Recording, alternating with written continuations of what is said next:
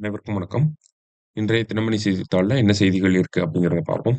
முதல்ல பார்த்தீங்க அப்படின்னா, நித்தி ஆயோக் கூட்டத்துல நம்மளுடைய முதலமைச்சர் கலந்துக்க போறார். சரியா? ஸோ நித்தி ஆயோக் கூட்டத்துல எதுக்காக நம்ம முதலமைச்சர் கலந்துக்கிறாரு அப்படிங்கிறத நம்ம தெரிஞ்சுக்கணும். ஓகேங்களா? ஸோ நித்தி ஆயோக் அப்படிங்கிறத பொறுத்தவரைக்கும் பார்த்தீங்கன்னா, நித்தி ஆயோக்கோட தலைவரா யார் இருப்பாங்க? சேர்பர்சன் யார் அப்படின்னு பார்த்தீங்கன்னா, பிரைம் மினிஸ்டர் வந்து இருப்பாங்க. ஸோ நித்தி ஆயோக் அப்படிங்கிறது நமக்கு ஒரு கூட்டாட்சி தத்துவத்த வந்து ப்ரமோட் பண்ணக்கூடிய அளவுல கோஆப்பரேட்டிவ் ஃபெடரலிசம் அதெல்லாம் வந்து ப்ரமோட் பண்ணக்கூடிய அளவுல தான் நித்தி ஆயோக் அப்படிங்கிற அமைப்பு இருக்கு. சரிங்களா? ஸோ இந்த அமைப்போட கவர்னிங் கவுன்சில் அப்படின்னு சொல்லுவாங்க. ஓகேங்களா? நிர்வாக குழு அப்படின்னு சொல்லலாம். முடிவுலாம் இவங்க தான் எடுப்பாங்க. நித்தி ஆயோக்கோட முக்கியமான முடிவுகள். இப்ப நித்தி ஆயோக்கோட கவர்னிங் கவுன்சில்ல யாரெல்லாம் வருவாங்க அப்படின்னு பார்த்தீங்கன்னா, சேர்பர்சன் வருவாரு. அது மட்டும் இல்லாம எல்லா மாநிலத்தோட முதலமைச்சர்களும் வருவாங்க. சிஎம் ஆஃப் ஆல் ஸ்டேட்ஸ் வருவாங்க. சரியா?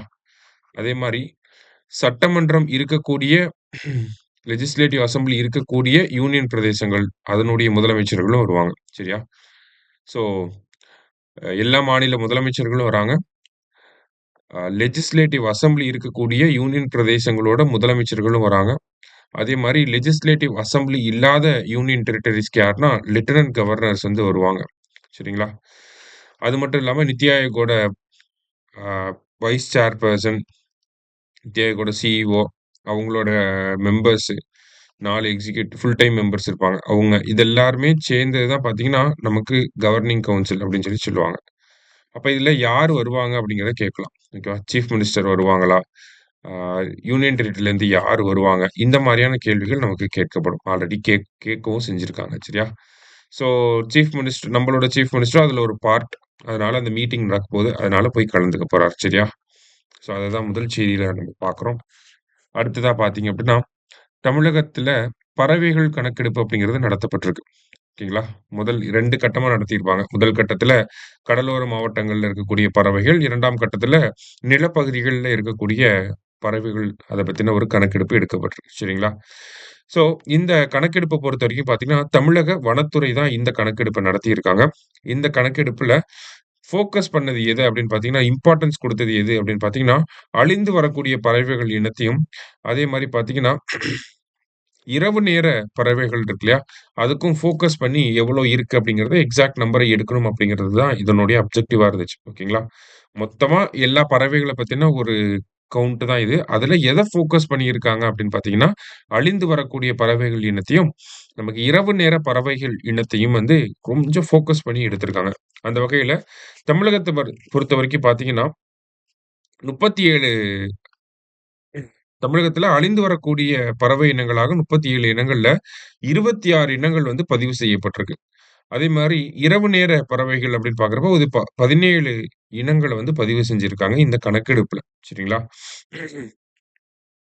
ஸோ, ஓவராலா எவ்வளோ இருக்கு அப்படின்னு பார்த்தீங்கன்னா, தமிழக வனத்துறை நடத்தின இந்த ஒரு கணக்கெடுப்புல பார்த்தீங்கன்னா, தமிழகத்தில மொத்தம் 798 பறவை இனங்கள் கண்டறியப்பட்டுள்ளதாக தெரிவிக்கப்பட்டுள்ளது. ஓகேங்களா? So, total number of bird species in Tamil Nadu எவ்வளோன்னா 798 798 பறவை இனங்கள் வந்து இருக்கு. சரியா? இதிலேயே அதிகபட்ச பறவைகள் எங்க இருந்திருக்கு அப்படின்னு பார்த்தீங்கன்னா, திருவாரூர், அரியலூர், நாகப்பட்டினம், சிவகங்கை மற்றும் சென்னை. இந்த பகுதிகள்ல தான் அதிகமான பறவைகள் காணப்பட்டிருக்கு. சரியா? So total number of bird ஸ்பீசிஸ்னா இதுதான் கேட்பாங்க. 798 சர்வேவ யார் எடுத்திருக்காங்கன்னா, ஃபாரஸ்ட் டிபார்ட்மெண்ட். ஸோ அழிந்து வரக்கூடிய பறவைகள் அதே மாரி நைட் டைம் பேர்ட்ஸ் அத ஃபோக்கஸ் பண்ணி தான் இந்த சர்வேவ எடுத்திருக்காங்க. சரியா? அடுத்தது இன்றைய திருக்குறள். ஸோ திருக்குறள் என்ன சொல்லியிருக்காங்க அப்படின்னா, "செய்வினை செய்வான் செயல்முறை அவ்வினை உள்ளறிவான் உள்ளம் கொளல்.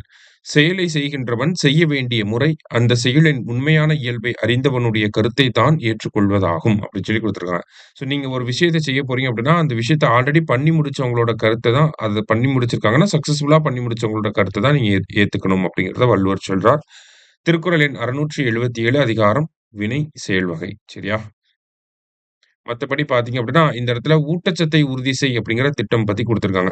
ஊட்டச்சத்தை உறுதி செய் திட்டம் அப்படிங்கிறது 2022ஆம் ஆண்டு நமக்கு நீலகிரி மாவட்டத்தில வச்சு தொடங்கியிருப்பாங்க. சரிங்களா? நீல்கிரிஸ்ல வச்சு தொடங்கியிருப்பாங்க. ஸோ 2023ல பார்த்தீங்கன்னா, இந்த திட்டத்தோட விரிவாக்கம் அப்படிங்கிறது அரியலூர்ல வச்சு நமக்கு இந்த திட்டத்தின் விரிவாக்கம் அப்படிங்கிறது கொண்டு வரப்பட்டிருக்கும். சரிங்களா? ஸோ எதுக்காக இந்த திட்டம் அப்படின்னு பார்த்தீங்கன்னா, அ பிறந்த குழந்தைகள் 6 மாதத்திலிருந்து 6 வயது வரைக்கும் இருக்கக்கூடிய குழந்தைகள் ஊட்டச்சத்து குறைபாடோட நெறைய பேர் இருக்காங்க. ஸோ அந்த மாதிரி ஊட்டச்சத்து குறைபாடு இருக்கக்கூடிய குழந்தைகள ஐடென்டிஃபை பண்ணி, அவங்களுக்கு ஊட்டச்சத்து பெட்டகம் வழங்கி, நியூட்ரிஷனல் ஸ்டேட்டஸ இம்ப்ரூவ் பண்றதுக்காக தான் இந்த திட்டத்த கொண்டு வந்திருப்பாங்க.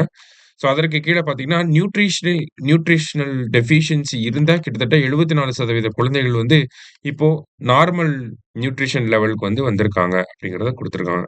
அதேமாரி குழந்தைகளுக்கு எதனால நியூட்ரிஷன் அ கம்மியா இருக்கு அப்படிங்கிறத பார்த்தீங்கன்னா, அதுக்கு பிரெக்னன்ட் மதர்ஸ் ஒரு முக்கியமான காரணம். கர்ப்ப காலத்தில சத்தான உணவுகள இந்த தாய்மார்கள் எடுத்துக்கலைன்னா, பிறக்கக்கூடிய குழந்தைகளும் பார்த்தீங்கன்னா, கொஞ்சம் ஊட்டச்சத்து குறைபாடோட ஊட்டச்சத்து குறைபாடு அப்படிங்கிறது கம்மியா இருக்கிறதுக்கான வாய்ப்புகள் அதிகமா இருக்கு. ஓகேங்களா? ஸோ, அதனால தாய்மார்களையும் இந்த திட்டத்துக்கு கீழ கவர் பண்றாங்க. அவங்களுக்கு பார்த்தீங்கன்னா, சத்துணவு, அவங்களுக்கு தனியா ஊட்டச்சத்து பெட்டகம் குடுக்குறது, இந்த மாரியான விஷயங்கள பண்றாங்க. இப்போ ஊட்டச்சத்தை உறுதி செய் அப்படிங்கிற திட்டம் தாய்மார்களுக்கும் பிறந்த குழந்தைகள் 6 மாதம் முதல் 6 வயது வரையும் இருக்கக்கூடிய குழந்தைகளுக்கு ஊட்டச்சத்த அதிகப்படுத்தி குடுக்கிறதா இந்த திட்டம். ரொம்ப சக்சஸ்ஃபுல்லா போய்க்கிட்டு இருக்கு. அததான் இங்க குடுத்திருக்கிறாங்க. சரியா? வேற எதுவும் கிடையாது. அடுத்ததா பார்த்தீங்கன்னா, நமக்கு ஆ இன்டர்நேஷனல் டீ டே நேத்தே எல்லாரும் ஸ்டேட்டஸ் போட்டிருப்பீங்க. ஸோ சர்வதேச தேநீர் தினம் அப்படிங்கிறது மே 21. ஸோ இந்த சர்வதேச தேநீர் தினம் அப்படிங்கிறது இந்தியா தான் இந்த மாரி ஒரு டேவ செலிப்ரேட் பண்ணலாம் அப்படின்னு சொல்லியிருப்பாங்க. சரிங்களா? எப்பன்னா 2019ல இதுக்கான ரெக்வெஸ்ட்ட வச்சு நமக்கு அப்ரூவல் அப்படிங்கிறது கிடைச்சிருக்கும். அப்போலருந்து நம்ப இந்த இன்டர்நேஷனல் டீ டே அப்படிங்கிறத மே 21 நம்ம செலிப்ரேட் பண்ணிட்டு இருக்கோம். சரிங்களா? ஸோ இன்றைய செய்தித்தாள்ல இருந்து முக்கிய செய்திகள பார்த்திருக்கோம். நன்றி. சுரேஷ் IAS அகாடமி வெற்றியின் முகவரி.